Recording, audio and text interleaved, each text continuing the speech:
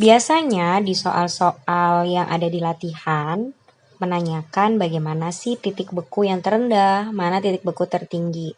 Berikut teorinya. Jadi contohnya di sini ya, ada delta TF, rumusnya sama dengan M. Artinya apa? Artinya delta TF itu kalau misalnya semakin besar, otomatis molalitasnya juga akan semakin besar. Nah, begitu juga dengan nilai I-nya. KF-nya tidak ya, karena KF itu adalah tetapan. Bagaimana dengan titik bekunya? Titik beku larutannya. Nah, apakah berbanding terbalik ataukah berbanding lurus? Di sini sudah ada contoh, misalnya delta TF-nya 5, kita masukkan rumus yang di atas. Kita masukkan 5, TF0 itu adalah 0, min TF. Maka TF-nya itu adalah min 5. Maka kita tuliskan TF-nya min 5. Jika delta TF-nya 5, TF-nya min 5, berarti delta TF-nya 10, TF-nya min 10. Apa kesimpulannya? Jadi delta TF semakin besar, ternyata TF-nya malah semakin minus. Semakin minus itu artinya malah semakin kecil. Semakin kecil berarti hubungannya berbanding terbalik. Nah, jadi kita tuliskan TF-nya malah semakin kecil jika delta TF, M, dan I-nya semakin besar. Bagaimana kalau misalnya ditanya titik didih?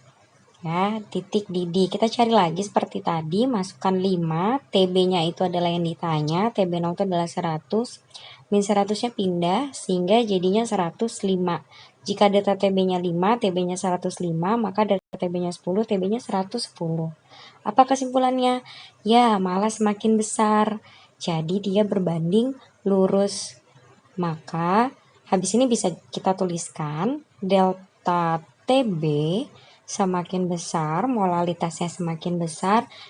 Jika I-nya makin besar, maka titik didih larutannya juga semakin besar. Temannya delta TB itu adalah pi. Jika pi-nya makin besar, molaritasnya makin besar, I-nya juga makin besar. Kemudian, kalau temannya titik beku adalah tekanan ya, bukan pelarut. Dan tekanan itu jika besar jumlah partikelnya malah semakin kecil. Otomatis gaya tarik menariknya juga semakin kecil. Donek deh. Sekarang kita latihan soal ya. Tadi kan udah teorinya, sekarang supaya lebih ngerti ada latihan soalnya nih. Dia nanya titik didih tertinggi dan titik beku terendah. Bagaimana ngerjakannya? Jadi kita ingat lagi. Jadi titik didih itu ternyata hubungannya ya, titik didih TB, terus titik beku itu TF, hubungannya bagaimana? Jadi hubungannya itu adalah berbanding lurus. Jadi lebih baik kalian menghafalkan yang TB, karena TB itu paling enak berbanding lurus. Nah, sedangkan titik beku itu berbanding terbalik. Jadi kalau dia nanya, pasti kebalikannya. Nah, kemudian di sini kan titik didih tertinggi, maka yang kita cari yang lurus berarti juga tinggi. Kalau terendah harus terbalik, berarti kita cari yang tinggi. Nah, bagaimana sih mencari nilai tertinggi jika diketahui senyawa-senyawa seperti berikut? Nah, kita tulis dulu rumusnya.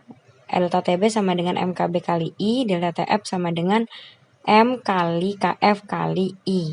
Nah, untuk KB dan KF itu nilainya itu kan tetap, jadi anggap saja tidak ada.